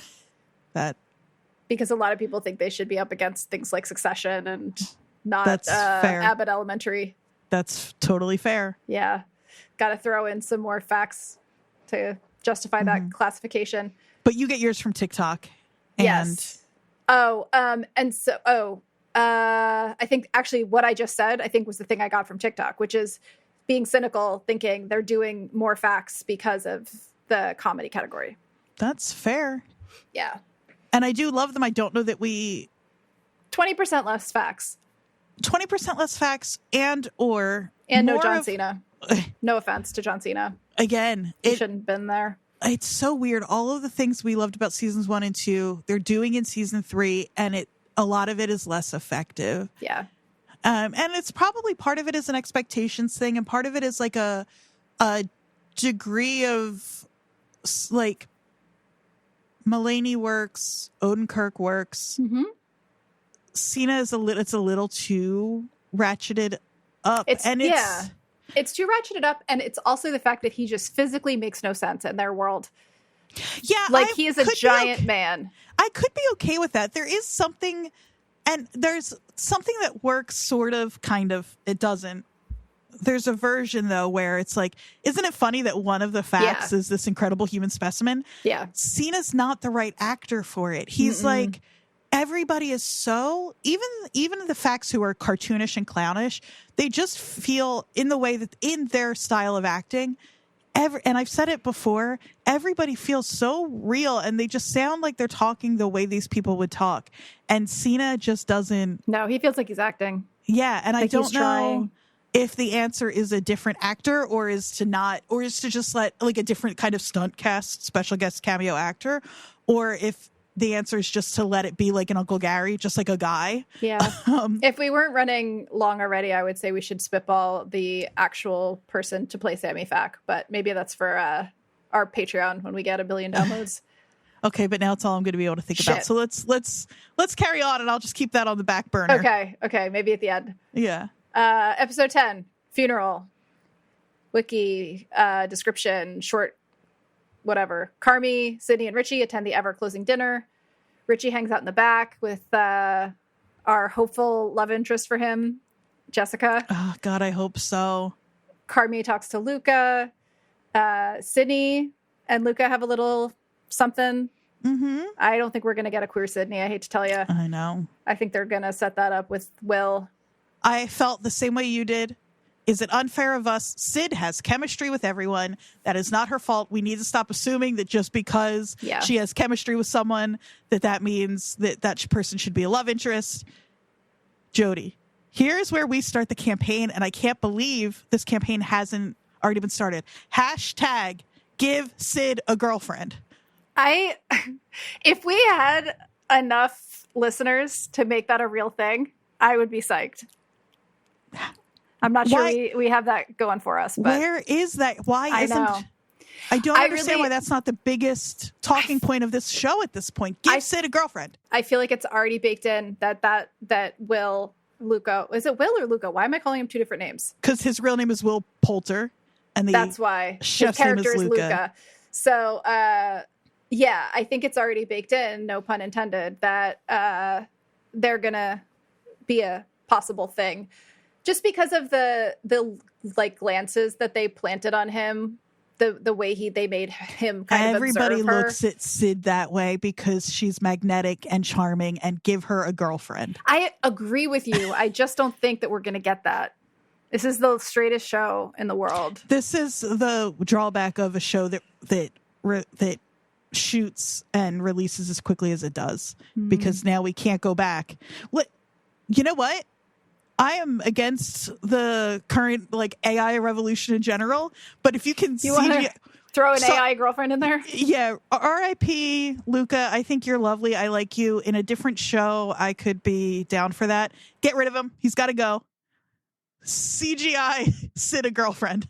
Retroactively, AI Will to be a female chef. Yeah. Okay. Good. Now that's solved. There we go.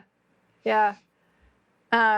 We get the confrontation with Carmi and David Fields, and then after service, Sydney has a party at her apartment and then goes outside and has a panic attack. That's basically, and Carmi's wandering the city by himself, and then at the very end, the review comes in. He's so stupid. Go to the party, you idiot. He's a loner, a rebel. Poor Sid, that panic attack. You see that her leading up, like she's been struggling. Yeah. And that it breaks there at a time when it should be. She's got all of these people who are like heroes to her making frozen pizza in her house. I know. I know. One of the only diegetic uses of music, too. I know. I loved it. Is in this. And I love that song so much. Such a good song. And it should be just the most joyous moment of her life. But Carmi has ruined it for her. And he's off brooding. Yep. Who cares, Carmi? Like, just go to the party. He's such a baby. But we start the episode, though, with one more example of how well he was taught, with the exception of David Fields. We get not him even just taught, but treated. Everybody has been kind and generous and patient with this man. And this is the most, like, the strongest example of that. He's literally talking about how they cook to nurture people. He's talking about legacy. He's, like, teaching him how to do things. He's joking. He's being sweet and kind and like fatherly.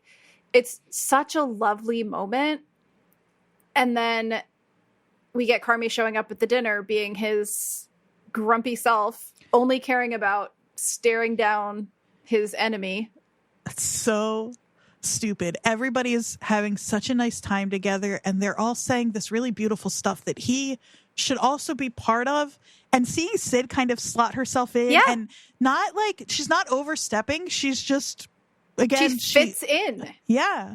And Carmi could too. Oh yeah. It's so funny to see him like, because he gives Luca a hug when they show up. Like, he has his moments of, you see him talking and joking with two of the other chefs. Like, you can see that he has the ability to, and maybe in the past has been a part of these circles and has had these conversations, but he's so consumed now with this one fucking guy, Joel McHale, who like, and I know that's part of it. Like, what I'm about to say is lazy thinking, but it's like, you had all of these great role models and mentors who saw good in you and treated you that way. And then you had this one fucking guy, and you just let him. You chose the one that reminded you of the chaos of your childhood. Exactly. It's a cliche, but it's also for a reason. Well, and what Joel McHale, when he finally confronts him, and he's been thinking about, you can tell, what would he says, I've thought about what would I say to you, blah, blah, blah. What, in a situation like that, we've all sort of been there. We've all been in the, what would I say to this person? We don't all always get the opportunity to. Yeah. What is Carmen hoping he's going to get out of that? It's so funny because what he gets out of it, which is what he should want, actually, is he gets an acknowledgement from this very, very talented chef that Carmi himself has become an excellent chef. But he can't even take that in. He wants this guy to be like, I am so sorry. I was an asshole. I didn't treat you well. Like, he wants an apology. For the behavior. Isn't that funny? Yeah, he wants an apology for being treated as badly as he was treated. And instead, he gets an unrepentant Joel McHale being like, but look where you are. This is what you wanted, and I got you what you wanted. You wanted to be excellent. I made you excellent. How true. There's so much going on in this conversation. First of all, brutal. I don't think about you. That's a Mad Men line. That is. Oh, really? I don't know if it was intentional, but I think it probably was. There's when Don Draper and Pete are in an elevator together. He says something about how Don Draper is in his head, or he thinks about him all the time. And Don Draper's like, I don't think about you at all. Ugh, brutal. That is brutal to hear. But of course it's true. Is it true? And I don't know I think it is false to say that if you treat somebody that like what steel is forged in fire, like kind of thing is what David thinks he's done to Carmen. Would Carmen be the chef he is without David? The toxicity aside, talent-wise. I think probably. What I think the show wants us to think anyway is all of these amazing actual real-life chefs that are somehow also being actors and not being bad at it are sitting around the table. I know. Do you think they're just putting cameras in front of these people and saying, like, a lot of these people have been on Top Chef as judges. They're comfortable with cameras? They're comfortable in the camera. Yeah. It is unbelievable how good these non-actors are. I know them, a lot of them from Top Chef. But I think what the show wants us to think is that it is a falsehood that type of like behavior is what makes chefs great, because when they're sitting at the table, all these amazing chefs talking about their restaurants and their careers, I think it's Christina Tosi maybe says like the worst thing for you as a chef is working for a bad boss. And like, this is while Carmy is still staring down David before he's confronted him. But I think that the show wants us to think that most people have moved on from that attitude, or many of these very successful chefs have moved on from that attitude and are doing things differently. But Carmy is choosing as his example, whether intentionally or not, a person that, according to Luca, is no longer one of the best chefs in the world. Yeah. And is a tyrant. And so instead of Carmy emulating the other great mentors he's had, he's choosing to emulate David. So I don't think that the show believes that he needed that to be great. Right. I think Carmy believes maybe, or certainly David believes it. But that's so frustrating. Yeah. We get a Sid and Luca moment in the kitchen. But before that, we should stick with the confrontation for just a minute, because what Carmy does say is, after fuck you, I don't have much. And Joel McHale says, you're welcome. They have this little interchange. And then he says, like, I'm going to go take a piss now. And Carmy, like, breaks down. Like, he starts laughing and crying and, like, sobbing almost. He sucks those tears right. I think I texted you the second he started crying. I was like, you got to let it happen, man. Yeah. Like, you need this, but he sucks those tears right back up into his head.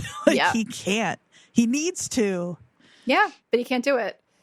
And then the reason I wanted to bring up the Sid and Luca conversation in the kitchen is because I think what they're talking about is just a reflection of what we just said, because they're talking about family, not the kitchen. But Luca is talking about how he grew up in chaos, and it was like having other people around to acknowledge that chaos and share that chaos. And Sid seeing flashes of Marcus helping her clean up the veal stock. And then Sid is saying she didn't have that. Yep. And it doesn't have to be brutal. And I loved that. That's the kitchen, right? It doesn't have to be brutal. It can be hard, but it doesn't have to be chaos, frightening, And it is why right now where I'm at, I'm like, I hope Sid leaves. Yeah. Because she knows it doesn't have to be this way. Yeah. I know. Well, we're almost at the end of this episode, and then I want to talk about what we think might happen next season. But we get a really sweet scene of all of them standing in the kitchen together when Adam Shapiro is taking down the every second count sign and hands it to Chef Terry. And they Terry, we have just Andrea, learned. yes. I thought her name was Terry. Sir, you think my name is Turkleton? Do you watch Scrubs? I used to, yes. Yeah, so we have that sweet moment. Chef Terry is like, let's get the fuck out of here. Right before that, Carmi and Chef Terry have a conversation where she talks about how she's leaving the job for her life. Yeah, she's not leaving because the restaurant isn't succeeding. No.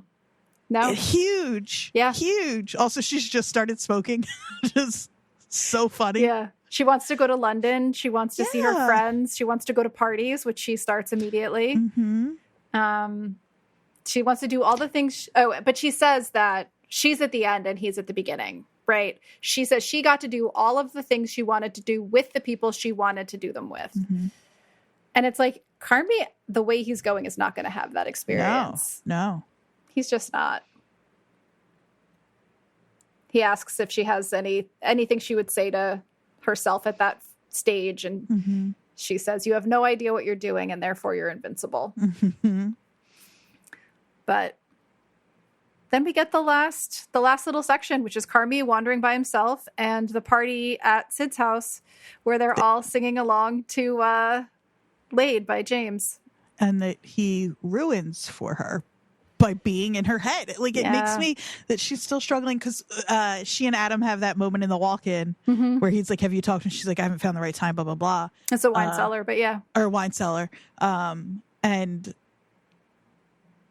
the fact that, like, she can't, again, this should be the greatest moment of her, if not her life, of her career for sure. And it seems like this is the first time I realized that it looks like she's said yes already. That it's not, she hasn't decided. It's that she has said yes to Adam and he is waiting for her to break it to Carmi. Mm-hmm. And she hasn't done it yet. Mm-hmm. I mean, she can still say yes, but yeah. But she has verbally said to him that she's in, I think. Right. I think you're right. Yeah. And I don't know. I think maybe that's right. Like, I don't think are we here? Not yet. Got Okay. one more thing. So while this is going on, she's having a panic attack outside her apartment. Carmi's walking.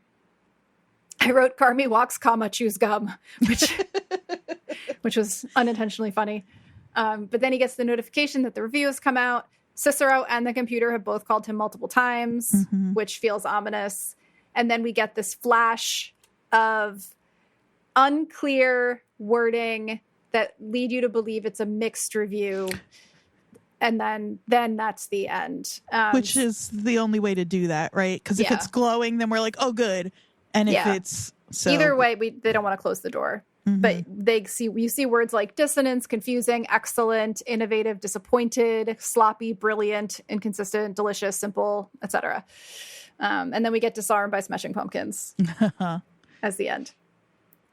So now I think we can move to the end and what we think is coming. I don't know, Jodie. What do you think? All right. So here's my thoughts about Sydney leaving the bear. I completely get her sheer panic about leaving, mainly because she thinks she can do this on her own, but she has also seen the ways that she can get ahead of herself and get into trouble. Being the CDC of someone else's restaurant and being given full creative control. She asks what the vibe is going to be, and he says whatever you want it to be. Right. That is exciting. It's also fucking terrifying. Yeah. And she's new. And she knows that. That's such a good point. Like, it's the devil you know versus the open possibility of something amazing, but also an opportunity to fail again and to fail spectacularly publicly with someone else's money. Right. You know, like before when she failed, it was her credit card debt. This time she's got the backers of ever. Like she's a bit new to be put in this role, honestly. Yeah. What do we think about that? What's Adam doing? So I've heard some takes that Adam is just sort of like more, I don't want to use the word mediocre. He's a great chef, but he's also just sort of like a worker bee type chef. Like he doesn't want to be the star. He doesn't want to do the cooking. He doesn't want to do the menu planning. He likes working in restaurants and wants to run the restaurant. He sees something in Sid. I don't think it's that much more than that. I guess like, even without Carmi promoting what she has done as a part of the menu, he is obviously a close observer of Carmi's restaurant and all that's come out of it, and knows what she's done. And I think maybe he just sees a chance to take someone relatively new and kind of make her a star, and in the process make some money, you know? But that's a complicated decision, because you are taking someone that has only really, like, quote unquote, run one kitchen in a very dysfunctional situation. I also do think that, like, we're meant to feel that conversation with Luca where he talks about siblings, she's thinking about the kitchen that she's working in. She's thinking about Marcus. She's thinking about Carmi even. She's thinking about Tina and Ibra and all of these people. That's really true. And, like, it's such a difference when you're one of that group, even if you're in the, like, leadership of that group, to starting yourself fresh as the solo focus of it. You know, there isn't the same, at least not right away, the same camaraderie, the same love. They've really built relationships with each other. And it's like kind of leaving a family. Even if it's a dysfunctional one, it's still leaving her family. Totally. You know, she's an only child. She has just a dad. That's a good point, too. And she's never had this, like, crazy, chaotic but loving family dynamic in any of the other places she's worked. When she was a caterer, she worked alone. Right. You know, she's worked in other kitchens, but apparently nothing like this, where everybody really kind of loves each other. It's funny. I spend so much time thinking about, like, yeah, but Carmen's such a pain in the ass to, like. But you'd miss Marcus so much. So much. And, like, there is also the feeling of, if it were me, and I don't know that this is healthy, but if it were me, I would feel like I was betraying, even though he's giving her no credit, even though he's being a horrible boss, I would feel a little bit like I was given this opportunity by this person. I used it to my advantage to get more attention and left, even though that's not what actually happened. It would, I would feel like that would be the framing. So what about you? What do you think will happen with Sid in the restaurant, and what do you think should happen with Sid in the restaurant? I don't know, and I don't know. I think it would be compelling to see her leave. I don't think that's a choice that most shows would actually make, especially with it being the last season. I would be curious to see how that might play out. And that also sometimes it's okay for a relationship to not work the way you want it to. And maybe Sid is, I think it is, like you said, it's a big move for someone that new in her career. It's a lot to put on someone as young again as she is. So I don't know that I think it's a good idea for her that way, but I would be so curious to see how that would play out and what that would do to Carmi. Well, that's actually another reason I think that she might not, is, like, Carmi's really fucking volatile. Like, she knows he has this, like, sweet side, and she knows that he cares about her, but she's also seen him really devolve into this, like, tyrant. Yeah. And if you cross or wrong somebody who is in that mindset, you know, that could go badly for you. But I don't know what I think. I mean, she can't know this, but I think he would just retreat even further into himself. I don't know that he would do anything, but I could see that being a concern of hers. I mean, there's so much yelling all the time. Like, it's just like, do you really want to piss off the person that spends most of their time, even when nothing terrible is happening, just screaming? Right. But like, I love Carmi, and I want him to heal a little bit and move in the right direction. And so I guess what I really want then is for Sid to tell Carmi about himself and give him a real ultimatum that he does his best to show that he is moving toward a healthier place. I don't know what I want that to be in a way that will, because like I said, it can't just be that he steps back a little bit and this is my shorthand for it, I guess, at this point, but that he, like, puts a beef sandwich on the menu. I don't know what it would actually look like, where I would feel satisfied and it wouldn't feel pat. I mean, I feel like the middle ground you could find, I think I mentioned this last time, the fact that the staff at Ever don't have jobs right now. Like, if Sid decided not to go join Adam at this new restaurant and stay with Carmi, a way that it could be better is if they brought in some of the staff from this extremely well-run restaurant, fix the culture a little bit, kind of show Carmi instead of tell him that it's better this way, and he kind of adapts. I don't know. Yeah. I just want Jess and Richie to get together. I want Jess and Richie to get together. Maybe Carmen goes to Copenhagen. And season 4 is just the restaurant doing great. It somehow sounds like a Dora the Explorer episode. Carmen goes to Copenhagen. Just send him. Just send him. He needs a vacation, maybe. I don't know what he needs, man. He needs therapy, not just Al-Anon. Not that Al-Anon is bad, but he also needs therapy. Mm-hmm.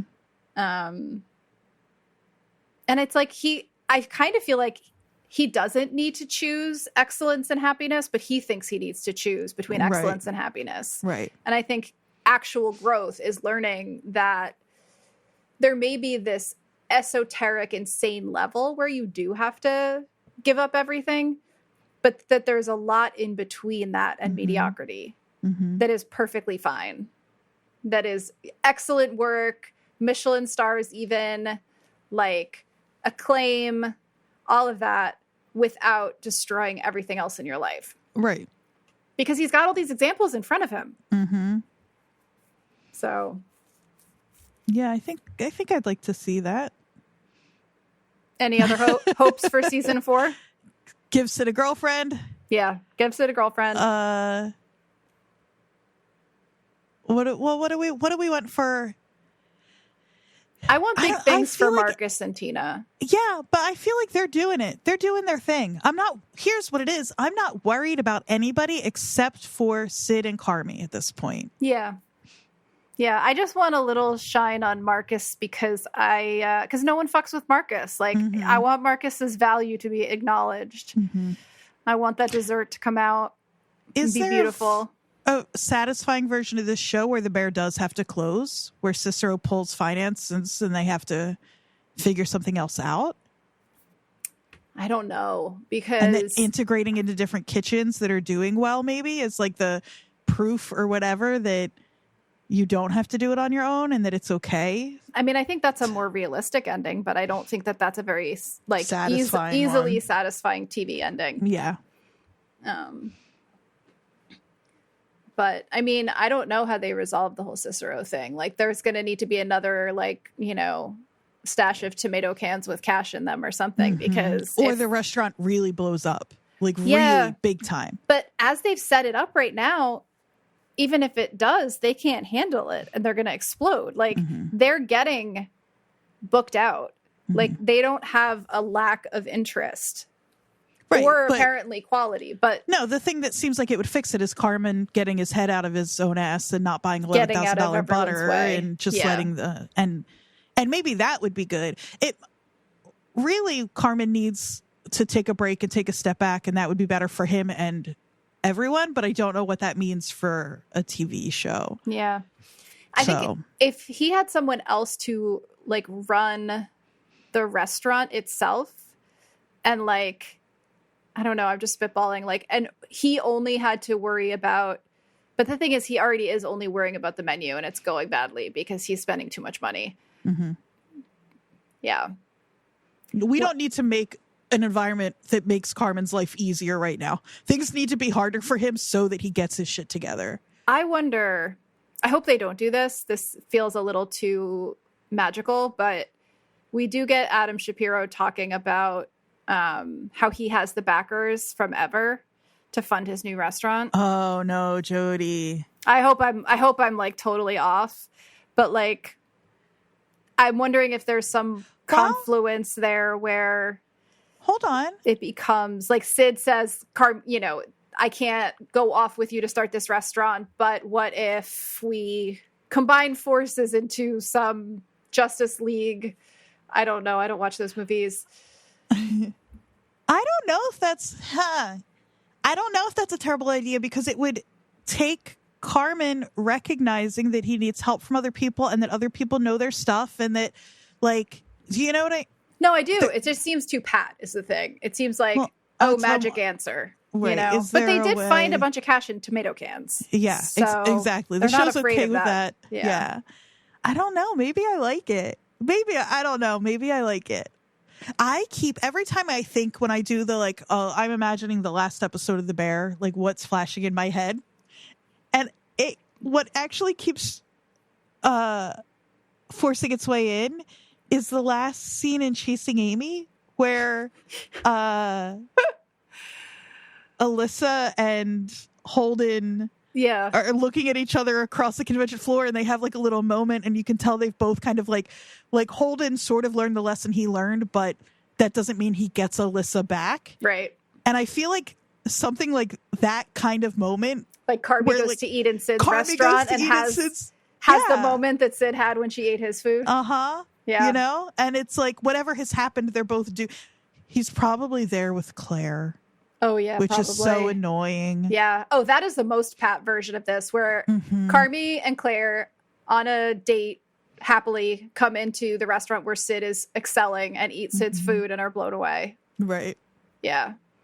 I don't want it to be that easy. I don't want it to be that easy, but there is a part of me that likes this ending where, especially with that Al-Anon, not conversation, but that one guy was saying where it's like, maybe this ends with Carmen whether he does better or not, that he doesn't get the reward of still getting Sid at the end of this. Yeah. I don't know. I know.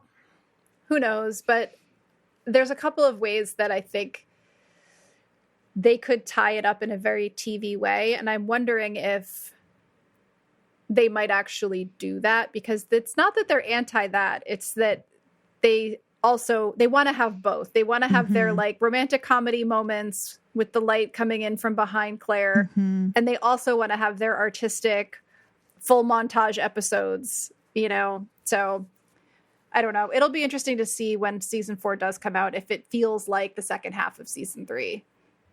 Like if we think about it as one stretch, like, are we at the middle? Right. And I think season 1 and season 2 feel really, in a lot of ways, distinct from each other. And this season, even though they all have elements in common, those things we've pointed out, but like you can tell a season 1 episode from a season 2 from a season 3. Yeah. And season 1 had a very specific, like, completed arc, basically. So, yeah. Yeah.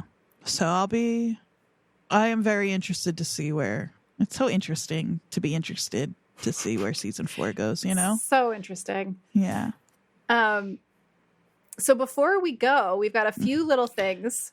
Yeah. First is our Jersey connection, which I cannot fucking believe I did not know this. How did we? I feel like this cracks the whole thing wide open for me. I feel so pleased and sad and like redeemed in a way. I don't know why redemption is the word, because not that this was, but it just makes feels so good. Much sense. It Go feels ahead. good. Lay it on us, Jodie. So we talk a lot about Chris Storer as the producer. I thought you were going to say we talk a lot about New Jersey. We also talk a lot about New Jersey, but we talk a lot about Chris Storer and his Chicago ties and his role as writer, director, showrunner, etc.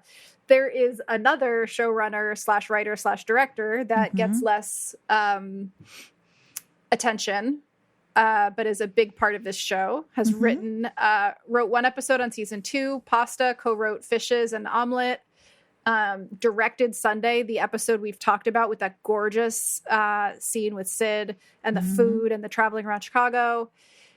Her name is Joanna Kahlo, or Kalo. I think it's Kahlo. She's from fucking Maplewood.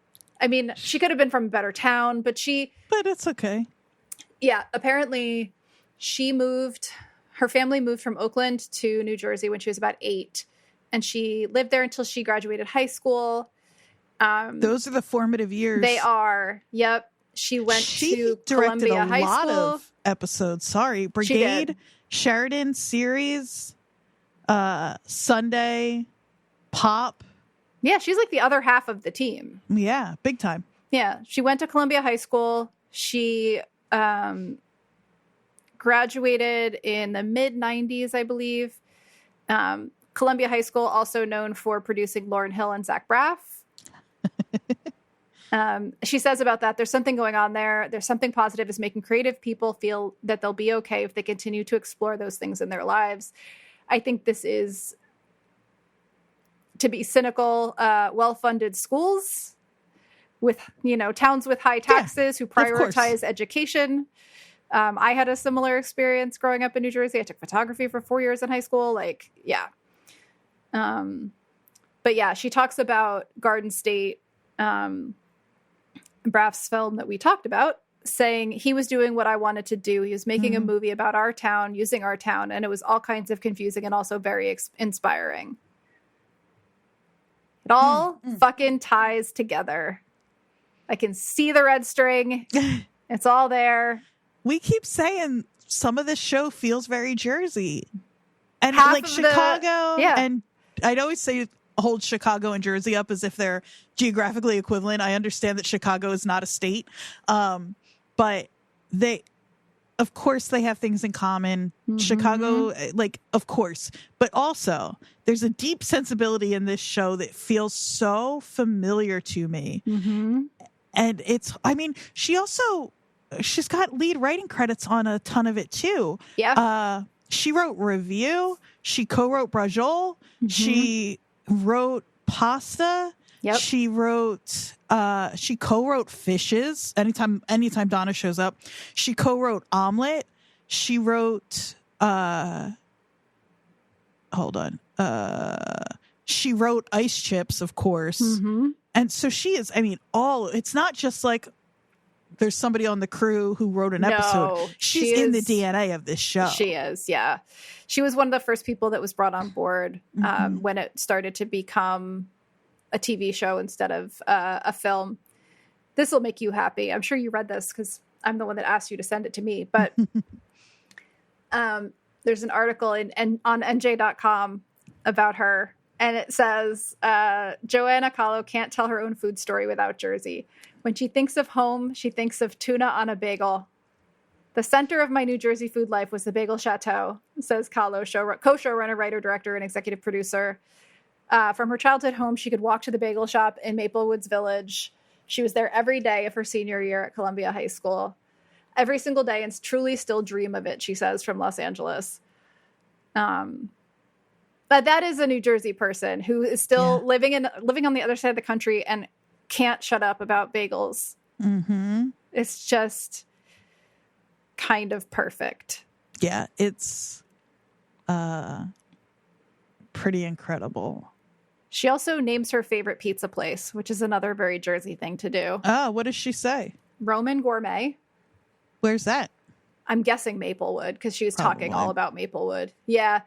The best pizza in Maplewood. All right. Well, that's our Jersey corner. That's a big one. I cannot believe we missed it. I kind of love that we didn't know until now, though. It's a real sleight of hand magic trick. Yeah. To have the reveal at the end here. The prestige after all of this. Oh, my God. Is that this is actually a Jersey show. It's actually a Jersey show, yes. We knew it. We've been saying. There you go. Okay. That's the bear. That's the bear. For quite a while. 3 weeks we just had on a show I watched in about a day and a half. Yeah. Also an intense few weeks. Yeah. But we are moving on to less intense things, but also fun. Yeah, I'm excited. Do you want to talk a little bit about what we're getting up to? Yeah, I think we've been having a good time, and I think listeners have too with our dive into pilots. I hope so. Right? I hope so, yeah. Nobody's complained yet. And I'm really excited. We've got a plan, and it starts with a little bit of a look back, which feels really fun. Yeah. We're going to look at some early, seminal, formative teen dramas, like teen soaps, kind of. Yeah, kind of going back to right after Yellow Jackets went away, where we started talking about our movies that meant so much to us and were formative in our pop culture experiences. We're doing that with some pilots of TV shows. I'm really happy.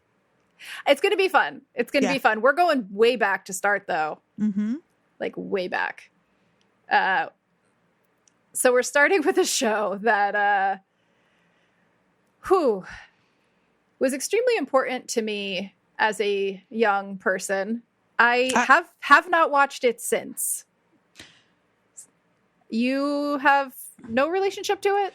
I watched the show a little bit. I was a little too young for it. We'll get to the one that is this for me. Mm-hmm. But I watched it the way I watched. I think we're both TV people. Yeah. And I watched it the way I watched kind of everything, but I don't have a connection with it in the way that a lot of people do, which I think is really fun. I'm excited about that. Yeah. And my connection with it was extremely intense at the time and extremely distant since. So I don't think I've watched any episodes of this show since it went off the air. Interesting. So I am curious, but we felt like we should start here because it is, first of all, it's the oldest one on our list. Mm-hmm. It's the one that is referenced a lot in reference to other teen dramas. Mm-hmm. And it spawned a huge onslaught of similar shows over the years. So that's why we're starting with the Bob Newhart show. Obviously. It was all a dream. We are not starting with the Bob Newhart show, although my dad loved that show. Everyone's dad loved that show. Well, also, have we talked about Nick at Night? Because that's the real, if you really want to get into Andrea, it's that I watched, the reason I can't sleep now is because I spent my single digit years watching hours and hours of Nick at Night until the infomercials would start in the morning. I did the same. Did you watch Mr. Ed? I watched Jodie. If it was on Nick at Night, I loved Mr. Ed. I watched. You know what would be a really fun episode to do is not necessarily watching anything, but just doing a Nick at Night dive. I would love to look through the programming and stuff of that and talk about those shows. I loved it. Yeah. I remember when it would go off the air at whatever time at night, and it would just be infomercials for pasta makers. Exactly. Food dehydrators and yeah. But but anyway, what are we actually watching? We're watching 90210. Hell yeah. Yeah. Just for one episode. Just gotta look back, see where it all started. Yeah. In the same way that we've been building these little vocabularies for ourselves. Yeah. I think this is a genre of television that is important to a lot of people. My dog's name is Pacey, so you can guess what else we'll be watching. Mm-hmm. But if we're going to build this vocabulary, you kind of have to start with 90210. Yeah, I think so too. So that's what we're doing next week. You can find that episode for free on Pluto TV. It's also, I think, on Paramount Plus. Easy to find. It's a little long. I looked it up and was like, oh no, why is this an hour and a half? But it's basically an entire season of The Bear. Seriously. But we're gonna check it out and start the conversation about pilots. The next one after that is, I'm not gonna spoil it yet, but the next one after that is something I have been wanting to have Andrea watch for quite a long time. Mm-hmm. So I'm very excited about that. And I think too, this little section will be good for our Yellow Jackets. Mm-hmm. Who are our friends who are listening because they joined us because of the Yellow Jackets coverage, where how much of that show, I mean, it's for one thing set at the same time, at least half of it, and is also so informed by these kinds of shows. Yeah, totally. So that's it. We are at WatchersPodNJ on Instagram, WatchersPodNJ at Gmail. That is true. At AQAndreaQ. Where are you? I am Jodie_Mim, JODIE_MIM on Instagram. Still lots of cat photos. I just posted a perfect picture of Pacey snoozing while we were recording. Oh, I can't wait. On my Instagram. So you can head over there right now and look at his little face. He's the best one. He's perfect. He's the best one. And that's it. We will see you next week in Beverly Hills. Beverly Hills. You know, yes, I do. That song. Of course I do. Yeah. Okay, bye. Everybody.